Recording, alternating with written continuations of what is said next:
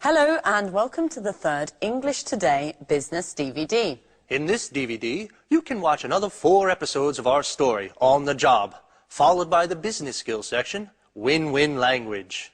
We'll then look at the following topics: note-taking and report writing, Different levels of formality, the various grammatical forms we use to talk about the future. and the writing styles used in email communications.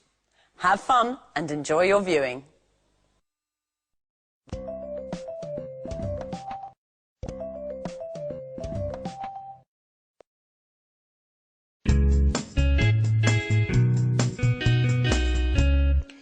I've called you in today to bring you up to speed on our new cookbook series. Anne's going to take notes, from which we'll then develop a detailed outline of the work in progress, and then set the deadlines. So Gary, which authors have we contacted? We've got in touch with Jones, Bradford, Smith, Fox, and Grant. Unfortunately, we haven't been able to contact Tchaikovsky. I think he's abroad at the moment. What? Sorry. Could you spell that for me, please, Gary? Certainly. Chakoswski. He's one of our Russian collaborators. Couldn't we get in touch with Parker in his place? What do you think? He's worked with us in the past. It's a good idea. Unfortunately, I haven't got his number. I think I have it in my old appointment book. Let me just make a note of that so I don't forget. What's the news on the contribution so far? Have the authors started sending in material? Yes, and I've already begun editing the first batch. Excellent, Anne. You'll also have to take care of researching the images. When you've got those, you can send them along to the graphics department for page insertion. Let's move on to the typography. Rachel, have you seen the first batch of proofs we got from Montex today? Yes, Mr. Stevens. Great work, I must say. It seems to me that they've done an excellent job. Good. So it looks like we can trust them with this edition. Let's get a bid in immediately. Take note of that, Rachel. Yes, Mr. Stevens. I'll call them as soon as we finish this meeting. One last thing. We haven't found a title for this series. Do you have any ideas? Come on. Use your imagination. I want something original, something catchy. Nothing? Okay, then that's your first task. Do some brainstorming to come up with some ideas, and then we'll go through them together. Why the long faces? There's nothing to worry about. You're a great team. I'm sure you'll think of something interesting. Okay?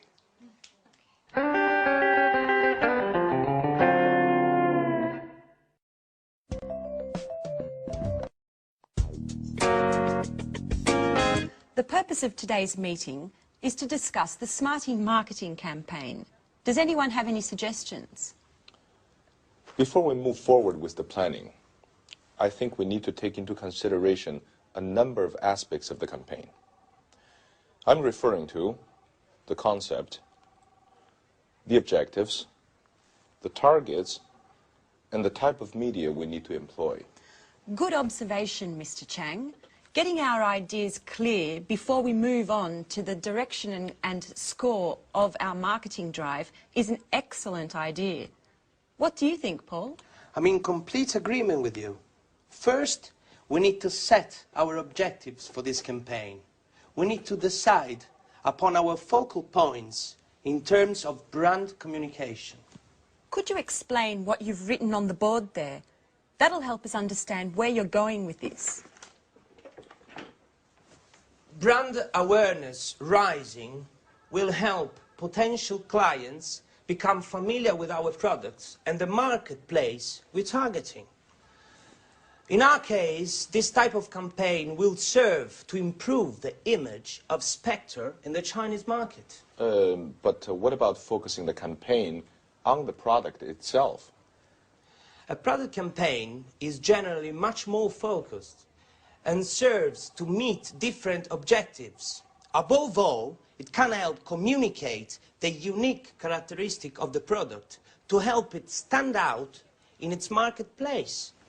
Of course, this can eventually bring positive results to the entire line of products. And in your opinion, what type of campaign best suits our needs? Well, considering that the Chinese market is new for us, I'd choose a campaign focusing on brand awareness with a simple but effective message, such as our company provides sporting goods with a high-tech edge, and then follow up with a successive campaign focusing on the Smartie.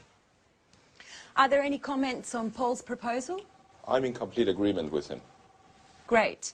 Would you like to add anything, Paul? Not for the moment. Well, if there are no objections, I'd like to move forward on this. Our next step is to contact a marketing agency. Could you take care of that, Paul? Certainly, Victoria. Well, if there's nothing else, I really need to get going. Oh, my goodness, look at the time. You're always busy, aren't you, Mrs. Lee? I think you work too much. Well, actually, I need to go to my son's school play. I promised him that I wouldn't miss it for anything in the world. Well, then get a move on. Children always come before business. What are we doing now? Let's go for lunch.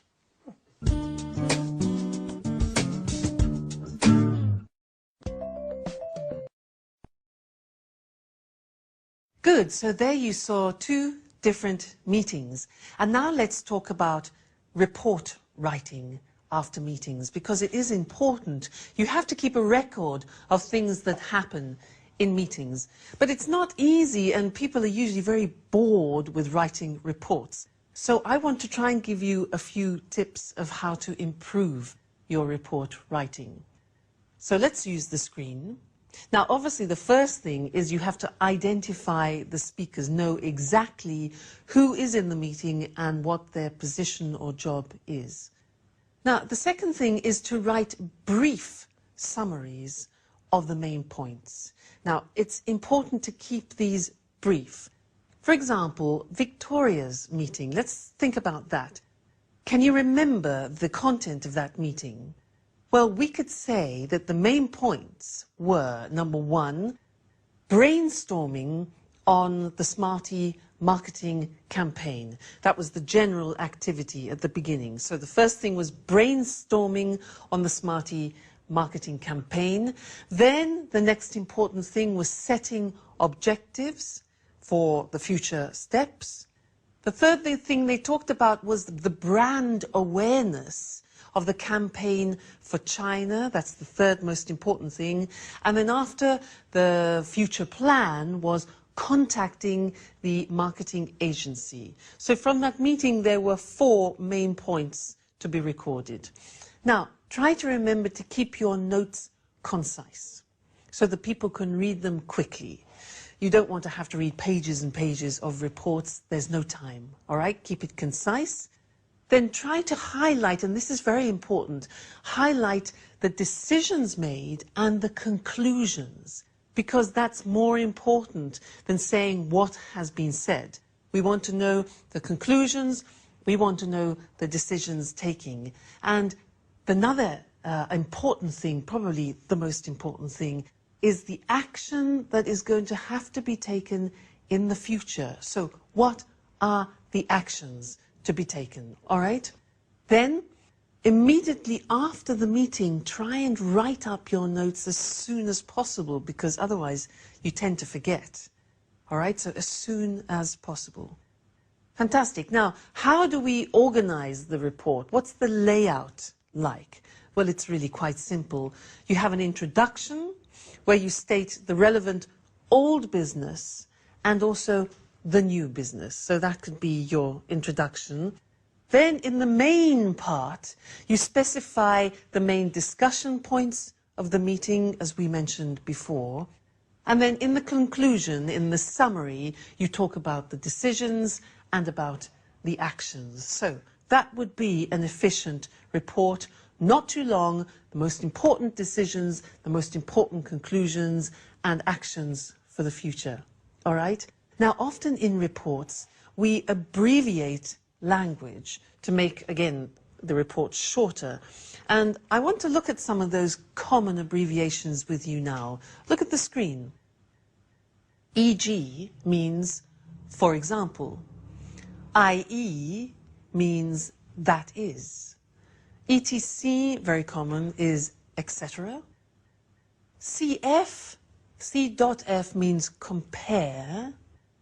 C or CA means about or approximately. NB means note, take note of this. Approximately. DEPT is department. Which is EXCL, means excluding. IMP dot is important. INCL means including. LTD is limited, often to describe companies. NO is number. P or PP is page or pages. PROBS, P-O-R-B-S, PROBS, problems. RE, with reference to or concerning. REF is reference, just reference. V dot is very, and S/T is something. Now, these are very, very common abbreviations, and you can use them freely in your reports. It shortens the task. All right, so remember, when you're writing reports, keep it short, keep it concise and to the point. Concentrate on the decisions taken, the conclusions, and the plans for future actions. All right? Well, thank you very much, and we'll meet again in the next lesson. Bye.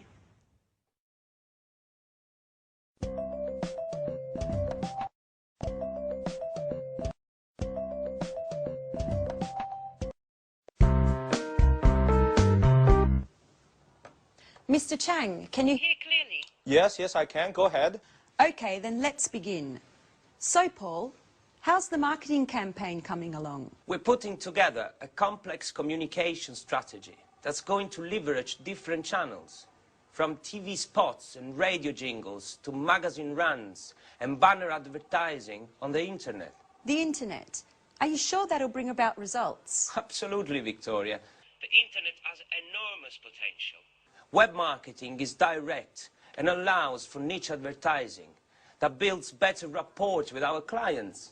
Isn't that right, Mr. Chang? Yes, even if it's true that not all Chinese families have a broadband connection like you do here in the West. The internet is still very popular in China, especially with the young. Internet cafes of all sorts are opening across the country.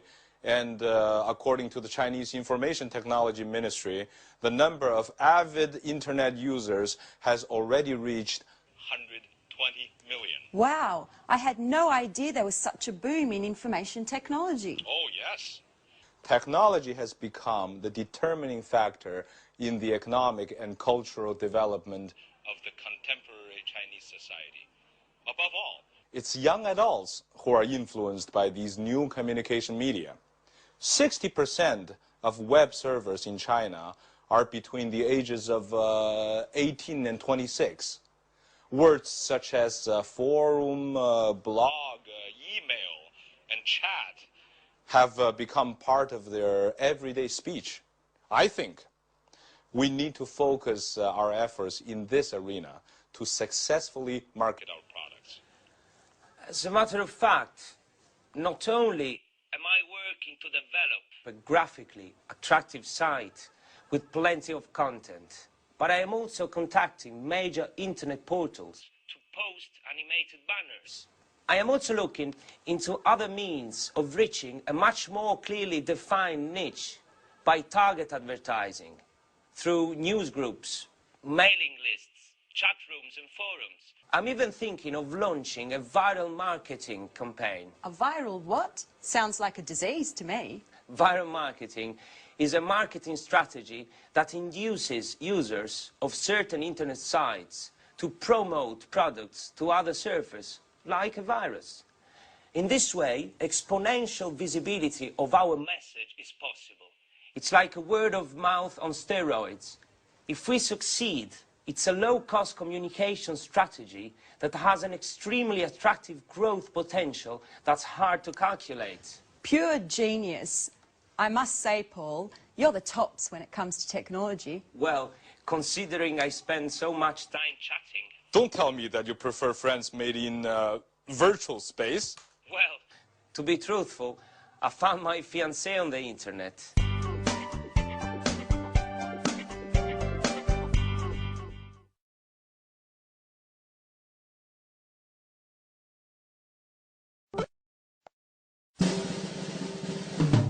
Gary, did you get that email problem fixed? Yes, I did. I set up a new account for you. You only have to create a new username and password. How do I do that? I'm hopeless with computers. I know you are. In fact, by now I've lost all hope with you. But you really do need to try to learn. I mean, email and internet are indispensable in this day and age. I know, Gary. You don't ever get tired of repeating that. I must admit, I'm a Luddite. How I miss the days when you wrote letters by hand and visited the library to do research. Everything's changed now. I think I've done well to learn to send and receive emails. Speaking of emails, I noticed what you were writing to the authors, and if you'll permit me, Rachel, your emails are much too stuffy and formal. They don't fit in at all with internet jargon. What are you saying? I'll give you an example. When you start off an email, you use, "We'd like to inform you that." It's quite old-fashioned, you know? It's better to write, "Did you know that?" Or another example. When you need to make an excuse, you begin, "We regret to inform you that." It's much better to use something like, "Unfortunately, we can't." It's less formal, but at the same time, more professional. Email needs to be kept simple and to the point. Use abbreviations as often as possible and keep phrases short. If you're writing to someone you know well, you can even add an emoticon. It's always a pleasure to get one. An emoticon? What the devil is that? You're so old school, Rachel. Emoticons are those little faces that you can make using keyboard characters that show how you're feeling at the time. Okay, Professor. I'll try to simplify and use a more colloquial tone when writing. Perhaps I'll even put in a smiley. It's not difficult. You'll see. Just let the magic of the internet transport you. But remember to use netiquette. You're talking like a computer manual. What is netiquette? It's good manners on the internet. It's the rules of the road, of the network. Rachel. You really do need to get some practice, don't you? I've got an idea. Why don't you let me sign you up for a forum?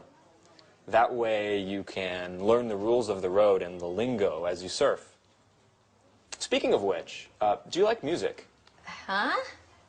Music? Yes, very much so. Great. Then I'll add podcasting sites to your favorites. So you can download podcasts and maybe even burn them to disk. Stop, Gary. Oh, you're driving me crazy. I don't understand a word. Besides email, I have no desire to learn any of it. None of it. Do you understand?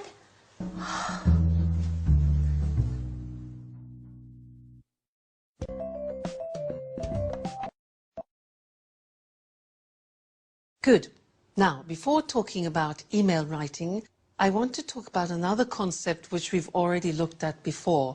It's when we use formal and informal language in English, because often you have to choose, and it depends on certain factors in the conversation. So let's look at the screen now to help us with that. Now, one of the first important things to remember when you're choosing either formal or informal language is the function. What do I mean by that? What I mean is, what is the purpose of the conversation?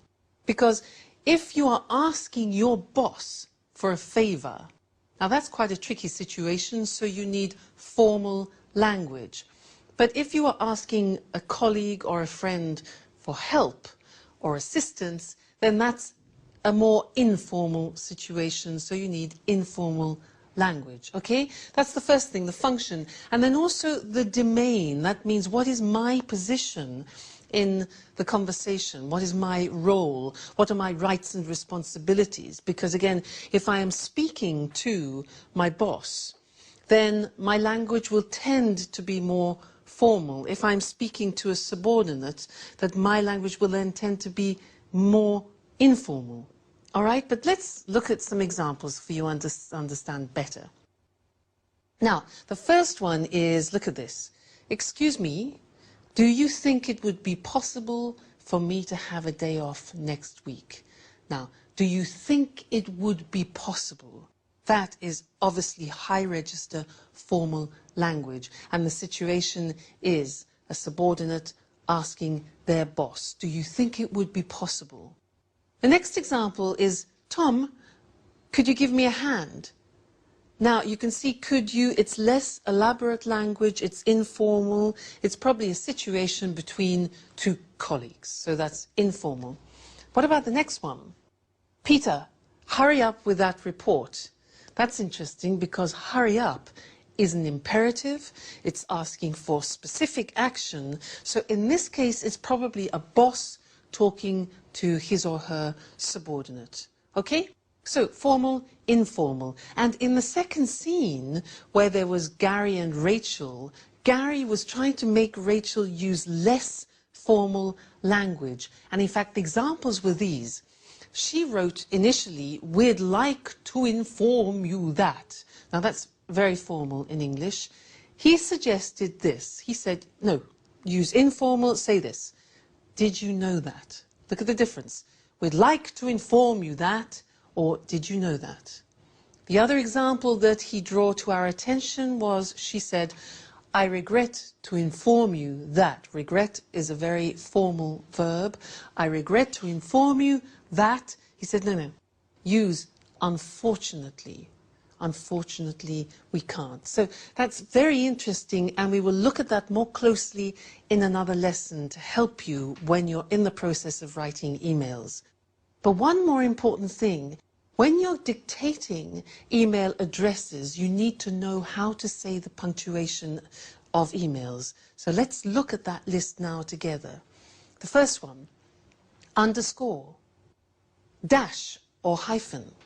Next, colon, semicolon, full stop, dots, comma, apostrophe, slash, double slash, at, brackets, speech marks, question mark, and exclamation mark. All right, so learn those and practice them. They're very important from when you're giving or you're taking email addresses. Good, that's all about emails for now, but we'll come back to it in another lesson, okay? Bye.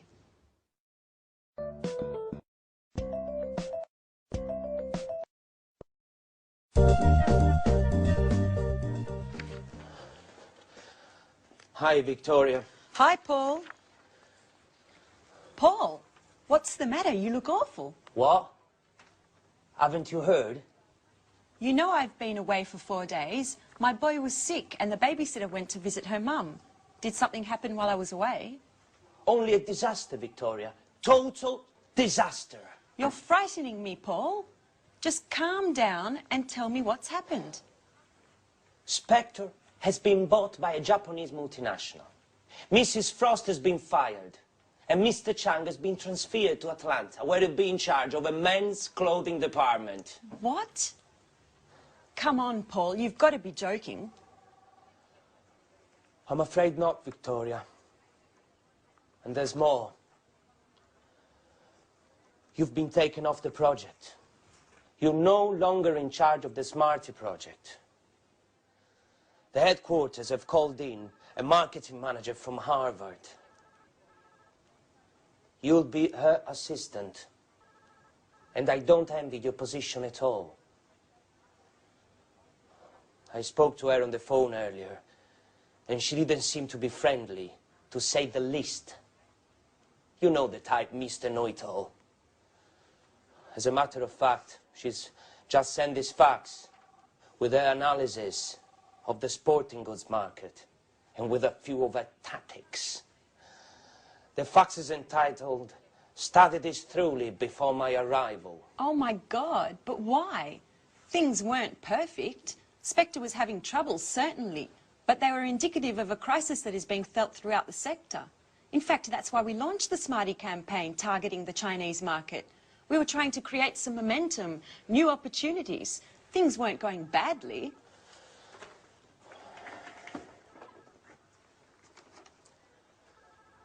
To start with, no. But then, the current negative trends were felt in this area as well. Low salaries were eroding consumer confidence, forcing us to raise prices to keep profits up. Add to that, the competition that literally beats us over the head. It's very difficult to compete in a market where raw materials and labor costs are so low. The final result was an excellent, high-quality product that was priced out of the market, which prevented us from competing. I know, but we were creating a niche market for ourselves. Yes, but the revenues were too marginal. In any case, we'll get the details at the meeting this afternoon. Mrs. Frost and Mr. Chang will be there. And possibly even our new boss, Helen Collins. Speaking of which, here is her outline. Make sure you study it well.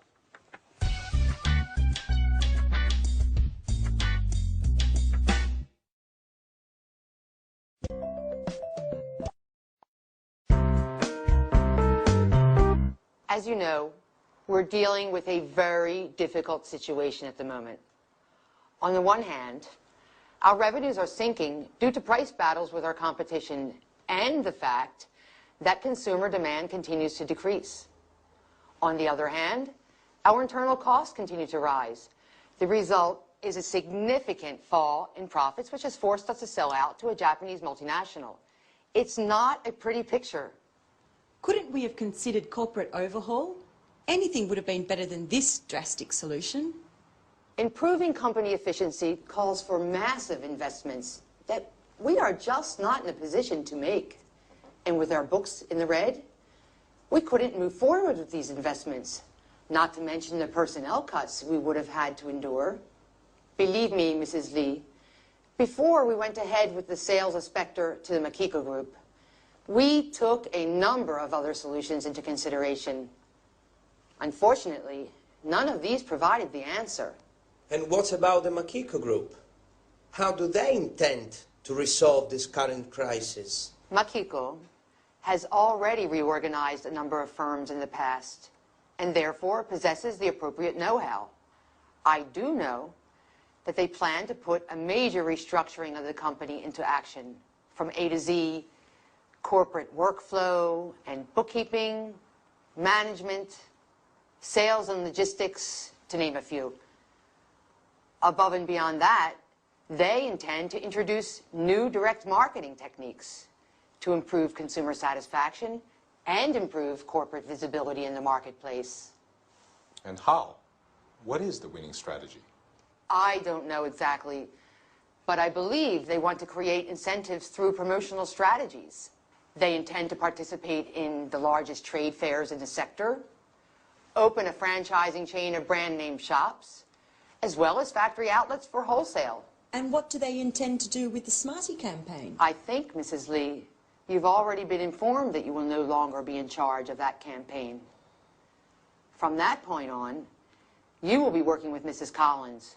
Collins is a marketing manager that headquarters has chosen to send here to take charge of the Smarty account as well as other products.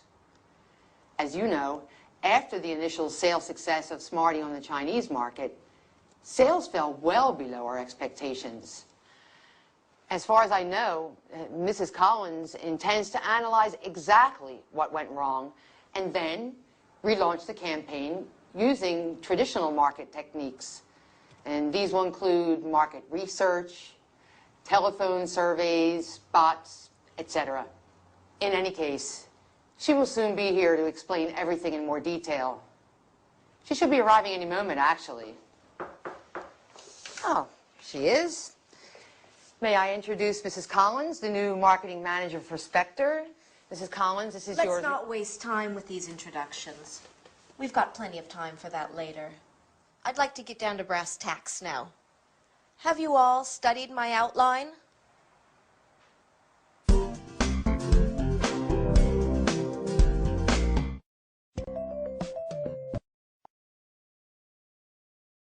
Well, that was pretty dramatic news, wasn't it? Big changes for the future. And in fact, that's what I want to look at right now with you, the future, and the different ways of expressing the future. Let's call on the screen to help us do that. Now, a lot of people think that in English, to describe the future, we use will. Well, that's true up to a point. But there are many other ways of expressing the future, depending on the type of possibility in the future that you want to talk about. So let's look at the examples. If you think that something could happen 40%, the possibility is 40%, you wouldn't use will. You would use these verbs. You could say, for example, this could, this may, or this might happen. Or this could, may, might not, the negative, create a problem. You see, these verbs here, could, may, and might, express 40% possibility of something happening in the future. Okay? Let's increase the possibility to 80%, and we need to change the verb. So the example would be, this shouldn't create a problem. So should expresses more 80% of possibility. Now there's another very interesting way of expressing this 80% of possibility. Maybe you don't know it. It's this. This is likely to create a problem. Now likely means probable. So this is likely to create a problem. The verb to be plus likely.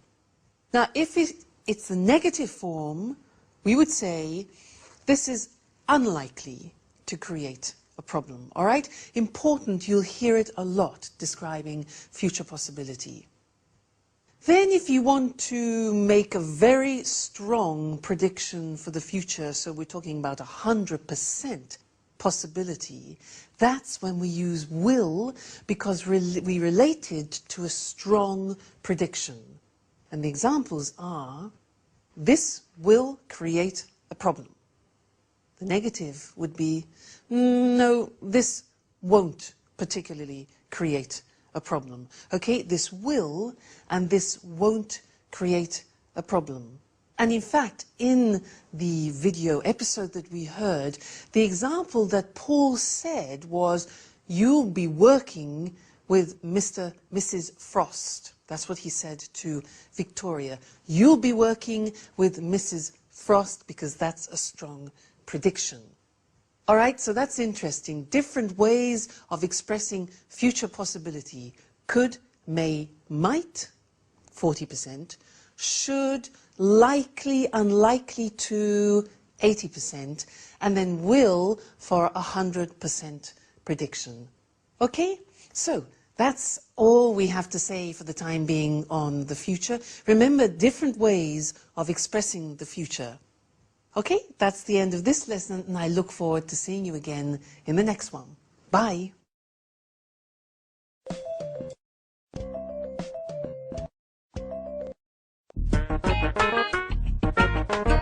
Okay, sweetheart. And remember, do all your homework, and then you can watch those cartoons you like so much on TV. I better get going then. Okay, bye. You do know, don't you, Mrs. Lee, that personal calls are not allowed during working hours? It was just a short call, Mrs. Collins. I was just checking in on my son. Don't you have any children? I do not. I don't care for children. Now let's get back to work. We've already wasted too much time with the small talk. Mrs. Lee, from now on, you'll be in charge of all the email correspondence we receive from our website. Keep in mind that I expect satisfactory replies. Specifically, do not try to argue with anyone. Just come up with results. Invent something. We have to win our customers' trust. They have to know we can satisfy any desire they may have, even if we can't. But, Mrs. Collins, I've never been responsible for responding to clients' emails. Our personnel in customer service usually take care of that. I don't care how things were done in the past. Today we're off to a new start, and you'll take care of the tasks that I assign you. Have I made myself perfectly clear? I do not like to be challenged. Oh, by the way, Mrs. Lee, speaking of email, you'll soon be receiving your work schedule for next week. Goodbye.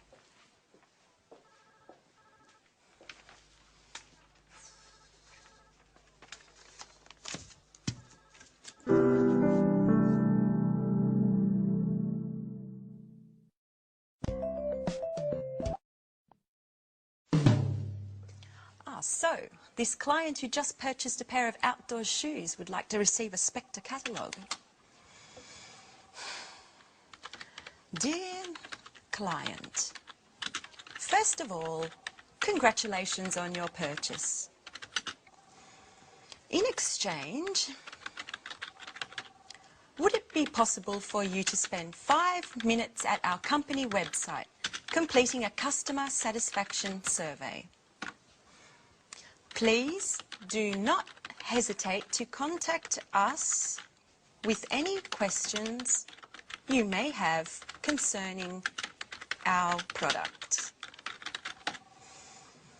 Yours sincerely. I think that works. Who would have ever thought I'd end up doing a job like this? Now that that spiteful woman has arrived to order me around, I'm tempted to give it all up.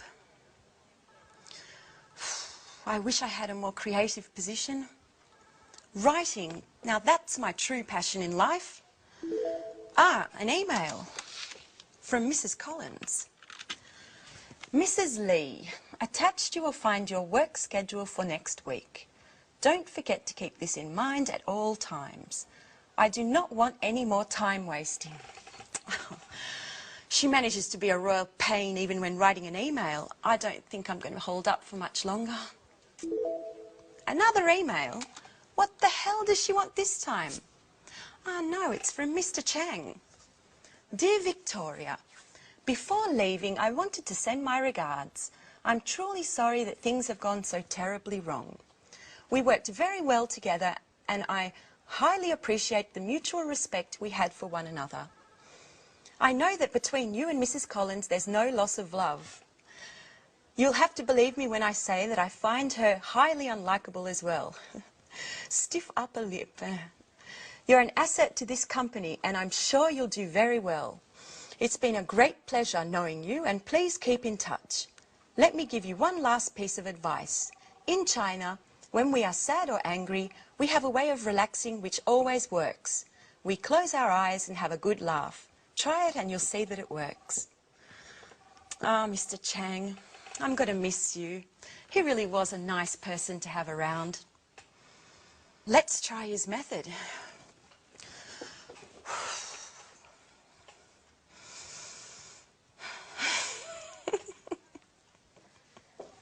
Mrs. Lee, what are you doing? Is this how you work?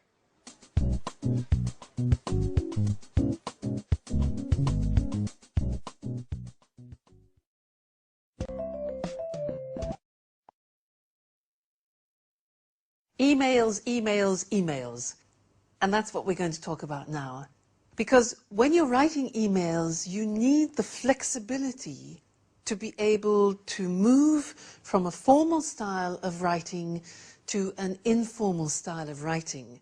Because if you're writing, for example, to new customers, new contacts, to your superiors, where there's a distant relationship, then you need to use formal language.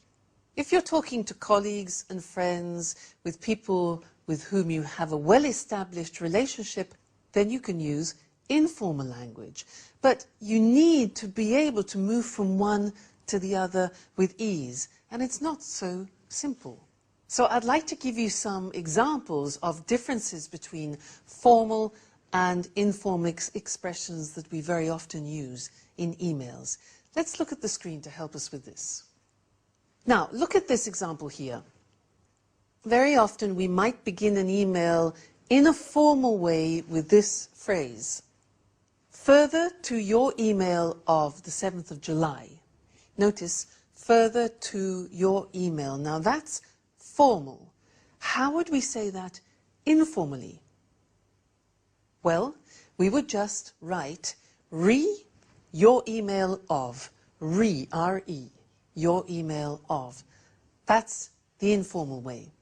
Now, you try and guess every time the informal way, I will give you the formal way, okay?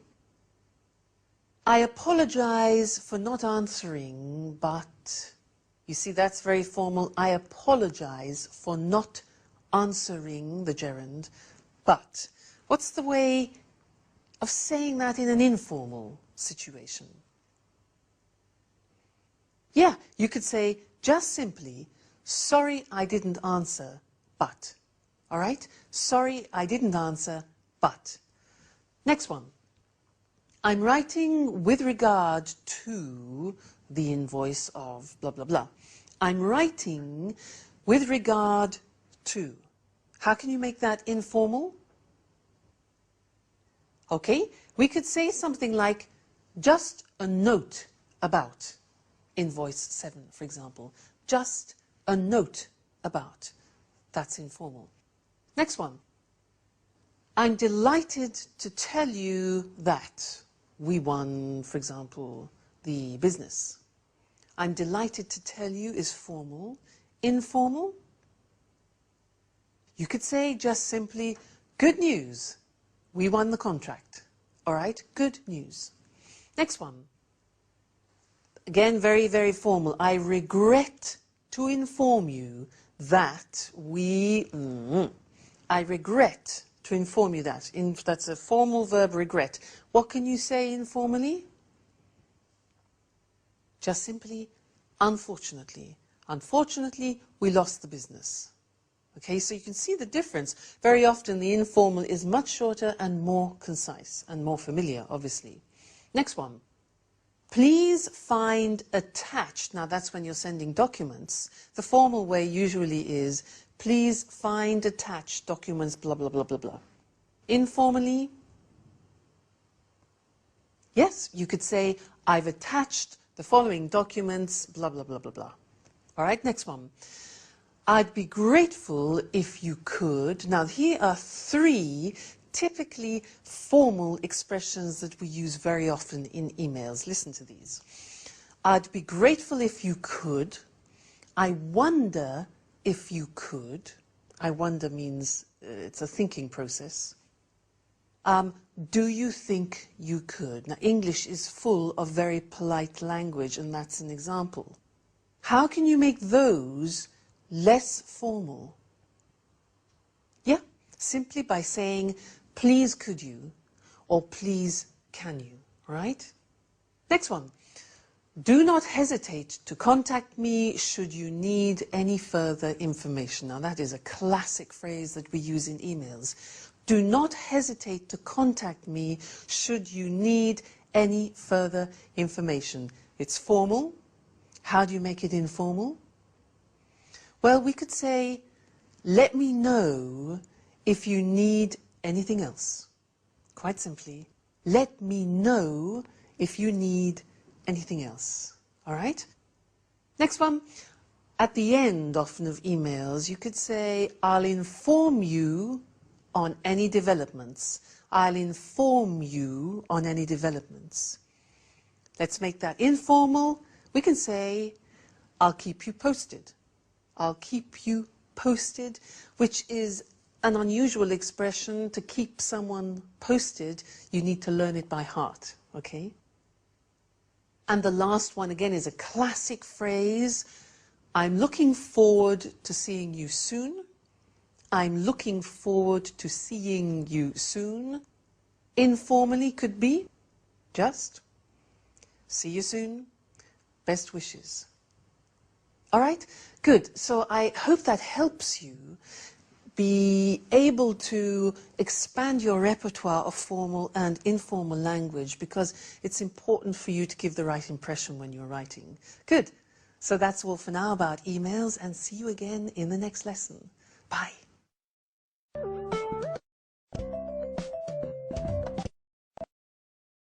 Hello and welcome back to Business Talk. Our topic for the next 2 programs is win-win language, the language that allows all parties of a conversation to feel like winners, whether the conversation is business-related or not. Eric and I will be demonstrating how the use of win-win language in an argument, a negotiation, or even an informal chat can ensure that both speakers involved come away satisfied. Today, we'll be focusing on the language of argument. And next time, we'll look at the language of negotiation and small talk. So, how can we present an argument in the best possible way? Win-win language is the answer. When you make a business proposal or a request, you win your case.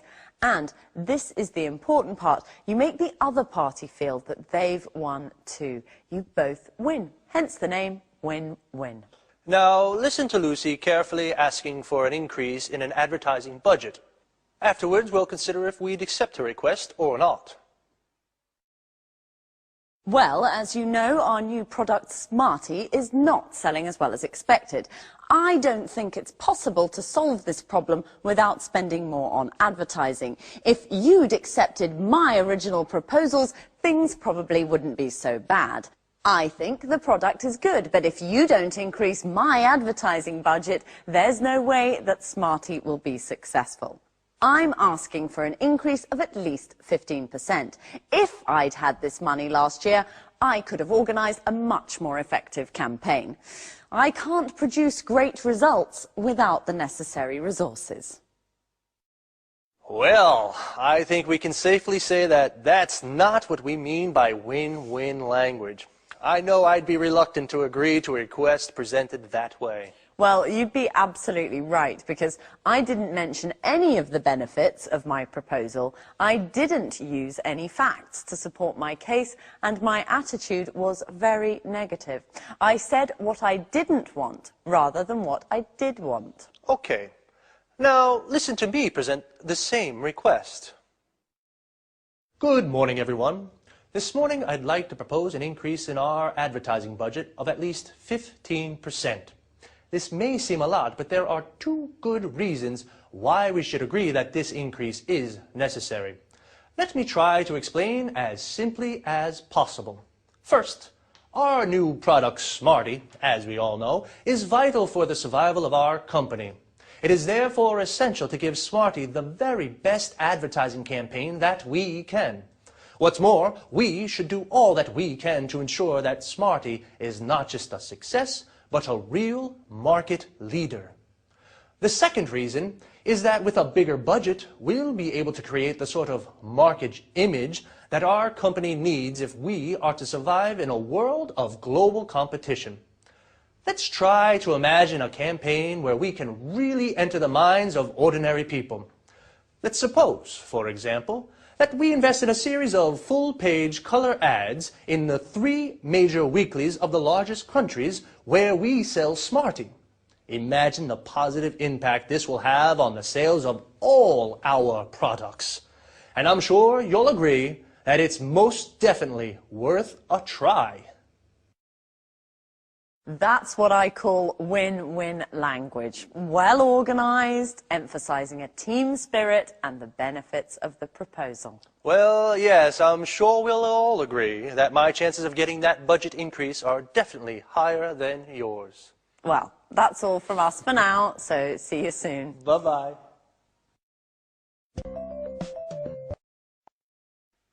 Now, let's take a closer look at exactly why my request was more convincing than Lucy's.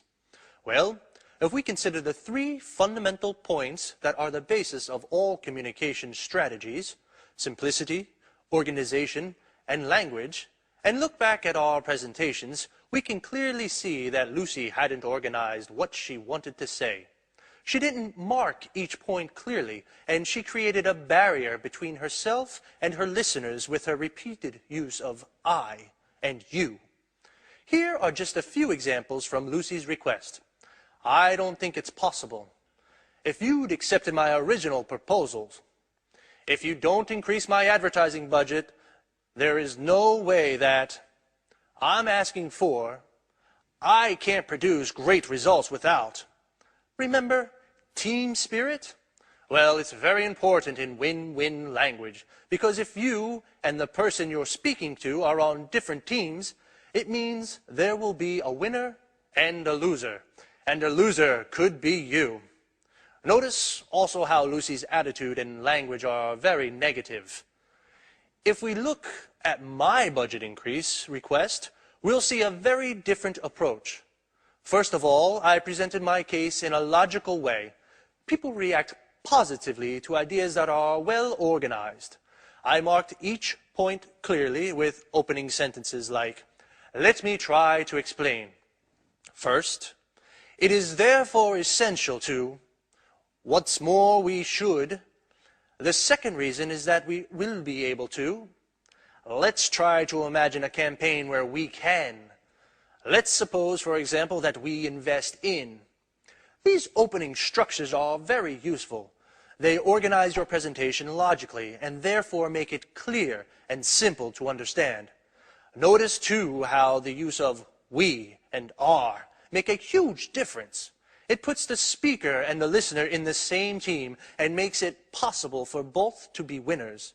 As well as organization, simplicity, and language, here are a few argument strategies to help you win your case. Present your proposal in a logical way. Emphasize the benefits of your proposal. Choose 2 or 3 strong arguments. Too many reasons can weaken your case. Be positive. Say what you want, not what you don't want. Use facts and figures to support your request.